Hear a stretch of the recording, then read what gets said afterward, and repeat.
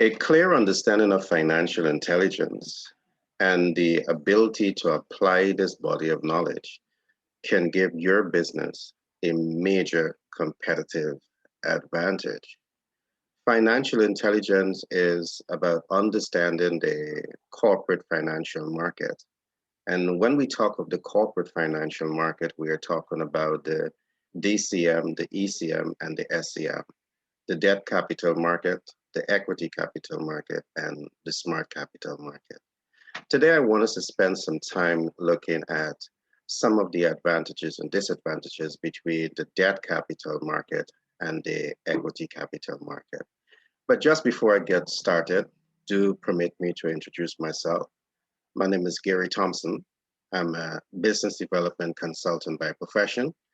I'm a humanitarian by nature, and I'm the multiple best-selling author for several books, including Manager's Toolkit and Billionaire Codes. My new book titled 10X Branded and Marketing, The Psychology of Doing Business will be released in 2021. This is also a beautiful book for persons across the region and the world who are in business.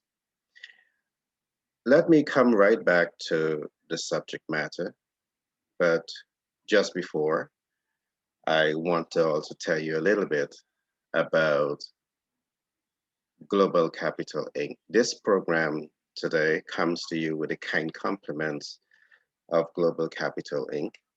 And I want to say our mission is to position our clients, employees, and strategic partners to understand, create, and leverage passive income cash flow, build multiple streams of income, leverage smart investment strategies in order to build generational and intergenerational wealth.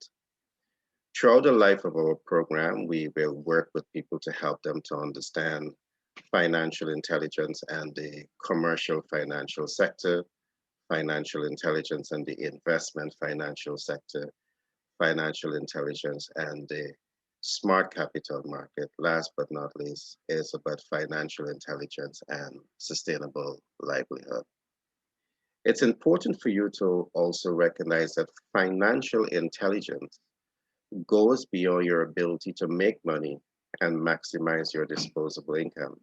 It is about understanding the global financial system and leveraging this intelligence to create good debt cash flow, minimize existing debt financial portfolio while you maximize financial and equity capital gain. The understanding of the commercial financial sector, the investment financial sector, and smart capital market are an important body of knowledge for you to have in the global landscape of financial intelligence. And our mission is to decode this language and to bring it to you in such a way that it can impact the lives of your business operation. It can show you new innovative ways to cash flow maximize. It can impact your personal life, helping you to achieve financial freedom within 5 to 10 years. And the content is also designed to work with governments, showing governments new innovative approaches to impact their community. Now, without further ado, today I want us to look a little bit at the debt capital market and the equity capital market and some of the advantages that can be derived. Now, when I'm talking about the DCM, the debt capital market, we are traditionally talking about the commercial financial sector. Now, it's important to understand some of the portfolios within those sectors. I would just look at some of those portfolios. Many of you might have never heard about a financial portfolio that we call the BLOC. BLOC meaning business equity line of credit. Now, a business equity line of credit is different from a business loan.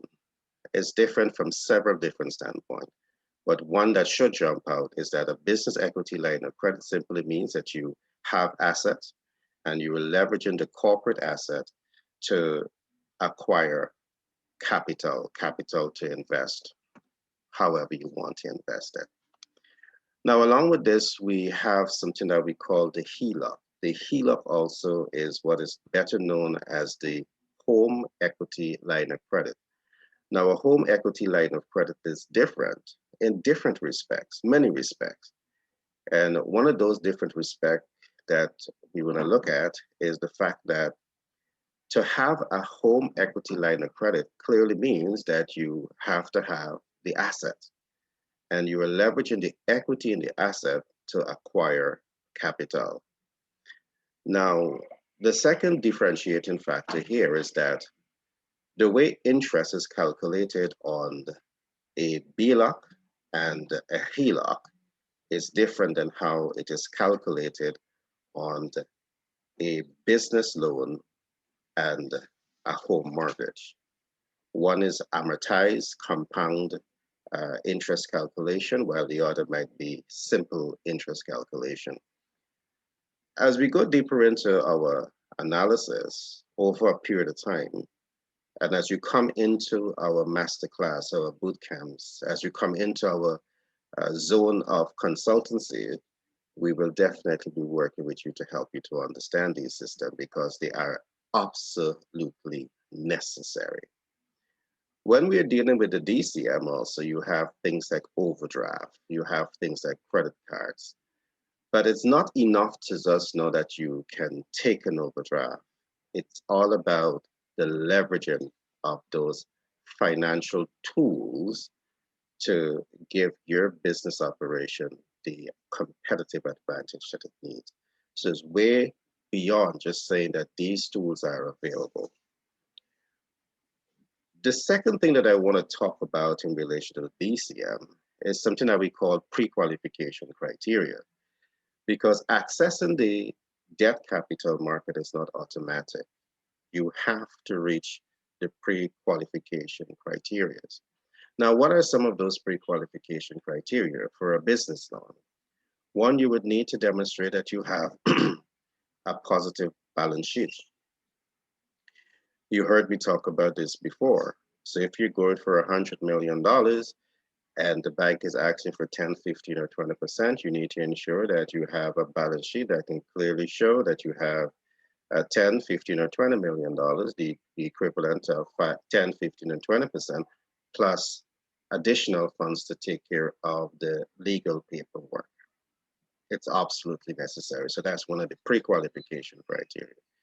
The second pre-qualification criteria is that you must have cash flow.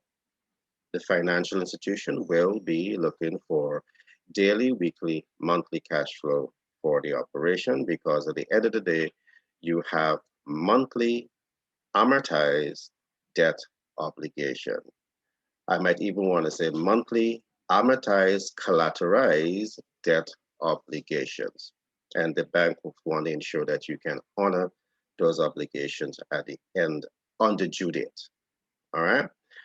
Now, the third pre-qualification criteria is what is known as credit score. There's no ifs and buts about it. The financial institution will check your credit score to ensure that you're credit worthy of credit. For business, you may have to do several additional things. One, you may have to do historical data. Financial institution want to see your track record in terms of dealing with finance. So they may ask you for audited report. They want your projections in terms of, financial projections, and they may want your business game plan. So these are additional things that you may have to get when applying for a corporate debt. And it's important for you to understand this. So when you go into the DCM seeking capital, you have a clear mental picture of what are those pre-qualification criteria and how to mitigate that entire process to ensure that you're living up and going beyond the expectations of the financial institution. Now, there are other important things to look at, and we will talk about it very briefly here. Now, when you are accessing debt from the DCM, there is something that we call interest and principal. Interest and principal. And it's important for you to understand the cost of the debt. And you assess the cost of your debt by measuring the interest rates over the life cycle of that debt. These are things that we go into because what we see in most cases, when the average entrepreneur goes to the DCM to take out a debt, you take out the debt and you allow that debt to run the entire life cycle. And the other thing, just before we come to the life cycle and the debt cost, the monthly debt obligation puts you in a not so advantageous position in most cases. It doesn't give you the capital or the financial leverage that you need to have as an entrepreneur. And later on, we will talk about things that you can do to mitigate that. So what we are doing today, we are measuring some of the advantages between the debt capital market and the equity capital market and the kind of financial leverage that you can attain between these two markets. So we'll talk about it. So the first thing that we look at here is accessing the debt capital market. We look at the pre-qualification to access the debt capital market, and we also look at the cost factors associated with the debt capital market. The cost factor meaning interest on the principal that you would have borrowed. I want to say that there's a lot of additional things to understand here is about debt mitigation. We're not going to necessarily get into the debt mitigation strategy now, but these are important tenets of information that you would need when you are going into DCM to buy a debt. This is one of the reasons why we continue to say to our clients, it's important for you to have an understanding. When we talk about corporate debt management, it's important for you to understand what we are talking about, because a clear understanding of corporate debt management will put you in a position of strength to get tremendous financial leverage. Now, let me look a little bit now at the equity capital market. The equity capital market exists, and there's a number of portfolios within the equity capital market. Traditionally, when you're talking about the equity capital market, you may be talking about venture capital fund, you may be talking about growth capital funds, you may also be talking about LBO, which is leveraged buyout. But I want to expand the range of financial tools that one can find in the equity capital market. Joint venture partnership is a way in raising capital, so I will consider this a part of equity capital. If you understand clearly how to leverage M&A, it's a way of raising capital. It's a way of creating synergy. It's a way of owning greater market shares, depending on your strategic M&A. Those are things that we'll get into later on. You also have joint venture partnership. You have venture capitalists, which we talk about. We have angel capitalists. You have accelerators. You have incubators. And all of this is part of what we call the pre-IPO platforms. Now, from the pre-IPO, you have IPOs, you have APOs, and APO meaning additional public offer.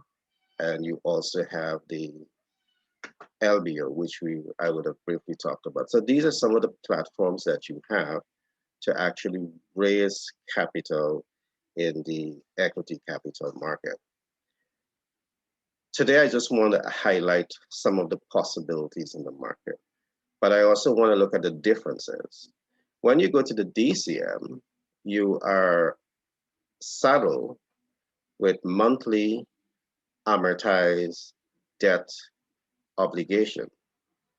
You're saddled with monthly amortized collateralized debt obligation. That's a monthly thing that you're saddled with. That's the cost for the capital. In the ECM, it's different. It's different from the perspective that you would be able to acquire debt once you reach the pre-qualification criteria without the monthly debt obligations.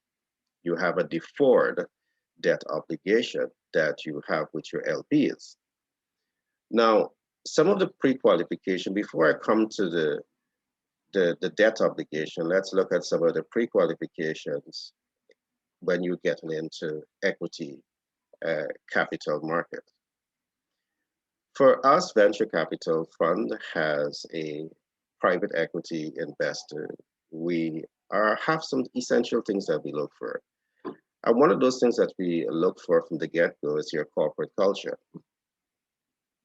Your corporate culture must be so designed to have impact at three levels. You want to have impact at the internal workforce because absenteeism and staff turnover can affect how the business manage itself. So we look keenly at all of this. If you don't have it, the companies that we will be working with, we will help you to put these systems in place. You want to ensure that your corporate culture is so designed to have larger than life impact on your internal workforce.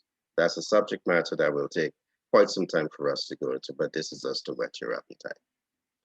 Another pre-qualification that we're going to be looking for is your team dynamics. You want to ensure that you are not running this business, me, myself, and I, because there's no way that you can be the cultural anthropologist and the economist at the same time and do an effective job. There's no way that you can be the cultural anthropologist, the economist, and the investment banker at the same time and do an effective job.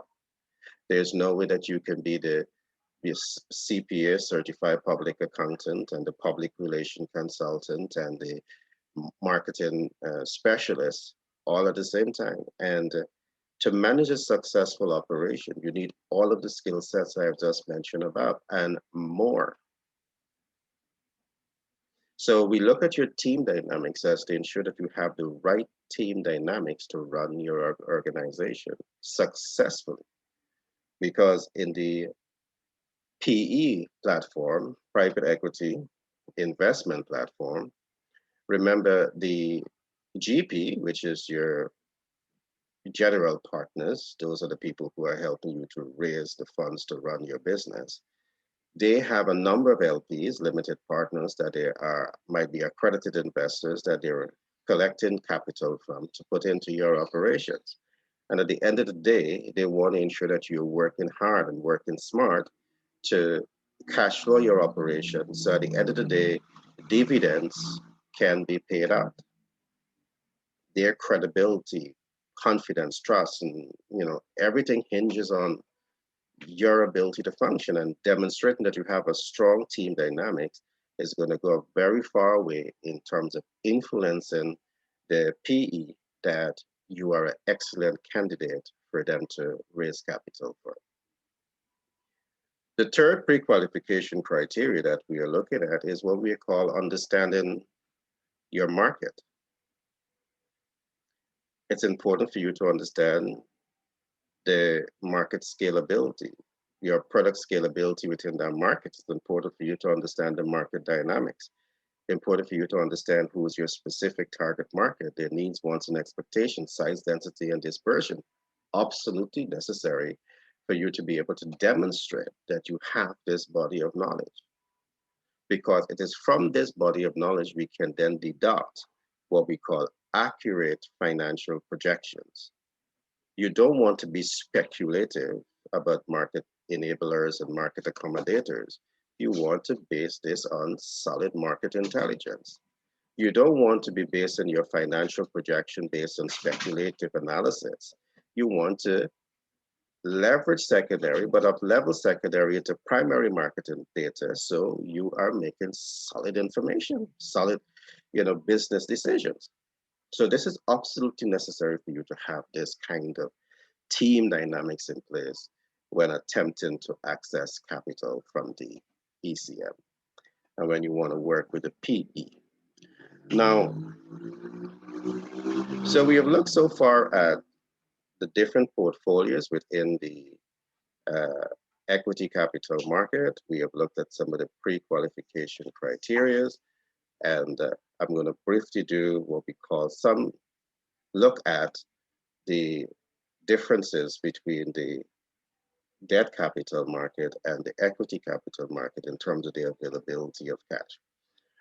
Now, with the equity capital market, you will not have that monthly debt obligation to deal with, because depending on how you craft your contract, how you craft your agreement, you may have to pay end of year dividends. Or depending on the type of shares that you're going to be issuing, you can have a cumulative. So if you don't pay it in 1 year because you want to leverage it strategically, you can pay it in another year. But this is what happens. And let's look at it, from a technical financial standpoint. I try not to be too technical here.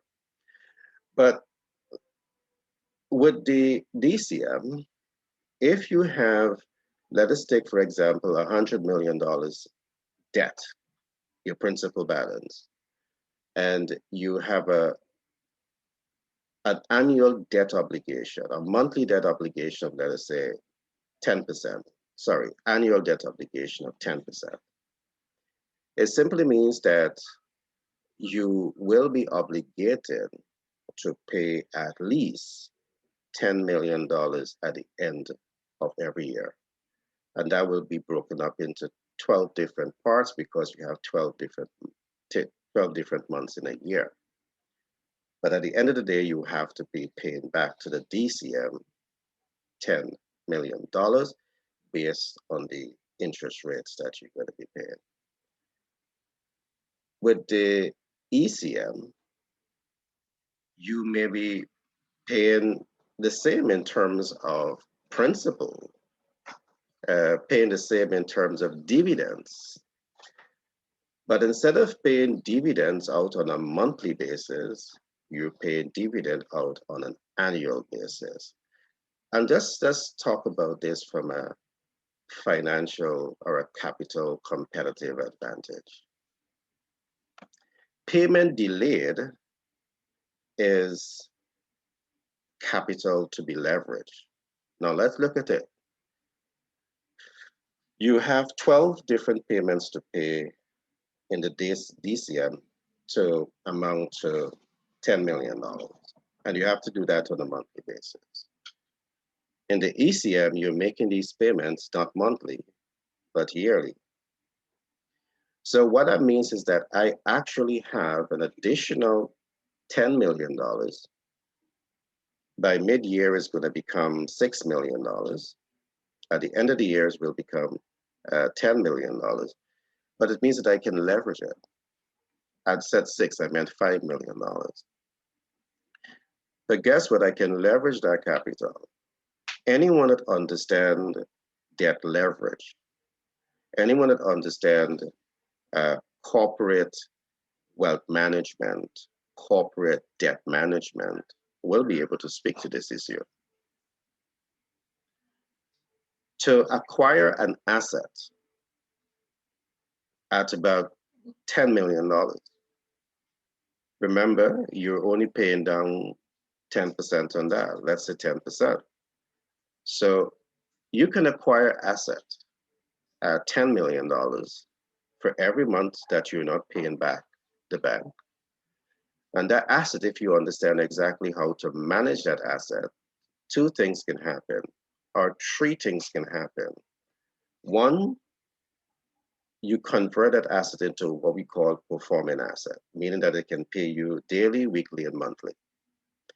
You can also leverage it in two different ways when it comes to asset appreciation, because you have forced asset appreciation and you have natural asset appreciation. You can make these two things happen. And three, you have equity. Because of the asset appreciation, you have equity and you have equity leverage. Now, these three things combine, not one time, two time, three time, but if you understand how to do this well, it can compound several times. And that can give you a certain type of leverage that monthly amortized collateralized debt obligation will not give you. So there's clear advantages here in terms of accessing the equity capital market, but again, you just don't want to access the ECM and say that I have access to the capital. You have to understand uh, corporate debt management and corporate wealth management combined with the opportunities that are provided here to create leverage, financial leverage that can put your business in a competitive advantage.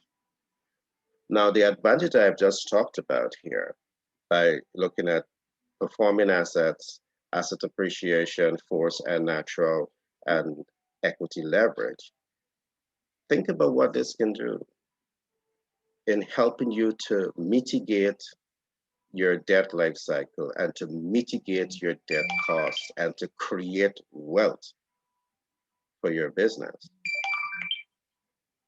A modern business today, you just don't want to depend on the primary source of income. Not in a pandemic, not outside of a pandemic. You want to be creative, innovative, and you want to change with a changing tide. In fact, you want to put yourself in that position of strength where you are the dream maker, the game changers, and the trendsetter. That means that you are changing the tide when it comes to your management portfolio. So I trust that you would have seen those that the advantage, some of the advantages and disadvantages between the debt capital market and the equity capital market. I know you may be asking the question, it's tough to access the equity capital market depending on where you are in the world. Can the same system be applied to the debt capital market? And my answer to you, yes, it can be applied.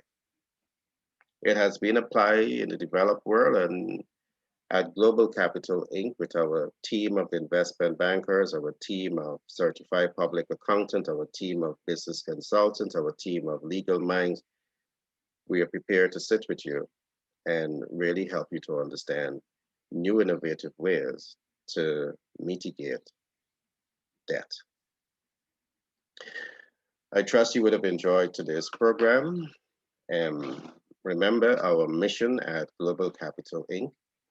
is to position our clients, employees, and strategic partners to understand, create, and leverage passive income cash flow, build multiple streams of income, leverage smart investment strategies in order to build generational wealth.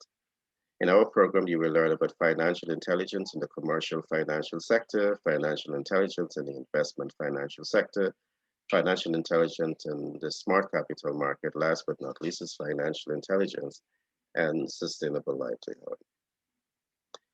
It's important for you to also recognize that financial intelligence goes beyond your ability to make money. You can make money and lose money. It's all about understanding how to create good debt, how to leverage these debt portfolios to put your business, your brand, yourself in a strategic position of strength. Financial intelligence goes beyond your ability to make money. It's about maximizing, your disposable income in multiple unique ways. My name is Gary Thompson. I'm a business development consultant by profession. I'm a humanitarian by nature, and I'm the multiple best-selling author for several books, including Billionaire Codes and Manager's Toolkit.